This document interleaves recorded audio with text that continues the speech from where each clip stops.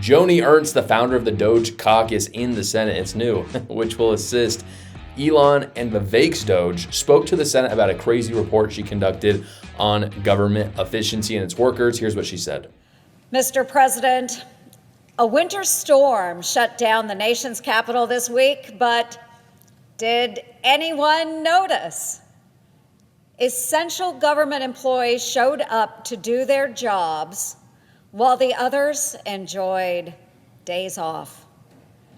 My telework report revealed that just 6% of workers report in-person full-time. And these bureaucrats are doing anything but working. This is sadly just more business as usual.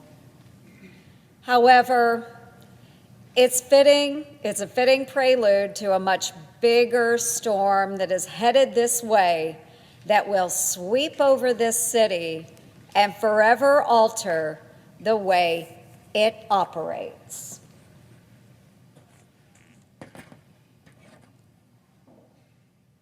I am, of course, talking about the Department of Government Efficiency. That is good branding right there. Really good. For those of you who are just listening, she literally put a picture of a Doge storm, like the dog, the corgi dog from the Dogecoin. A Doge storm coming and destroying the Capitol, and it's awesome. It's great. It's really good branding, and I think that everyone should use it. Donald Trump should use it. Elon, Vivek, they should all use it. It's great.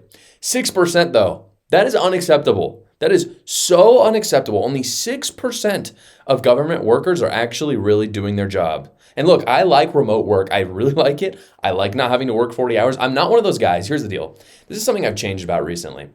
People talk about hard work as a virtue, and I think diligence is definitely a virtue. You have to work hard, all that's good. But should you aspire to work hard your whole life in terms of just working the maximum hours? I don't think so. I think you should aspire to spend time with your family, to serve your community. But in terms of just your career, do I think that it's a virtue to spend 60 hours working for your career every day? I don't think, or every week, excuse me.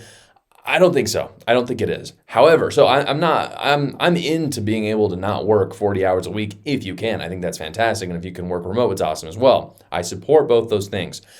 But I don't support it for people who work for the United States of America. If you work in the private sphere, great, do that. If you're working in the public sphere, which is in the government, no, you don't get to do that. The common phrase, this is very common in our vernacular. When people who work in public office or for the government in any capacity talk to others, usually the common phrase is, oh, I am serving the American people. Or maybe like, I'm in public service. But the word service is usually involved. And obviously it's not really service because they're being paid. But I suppose that this phrase is somewhat fine, and it's only fine if they're actually serving Americans and they're basically working their butts off to make Americans' lives better. And that is the standard in my mind that every single employee of the government has to have in order to keep their job. And I think that's what DOGE needs to look at.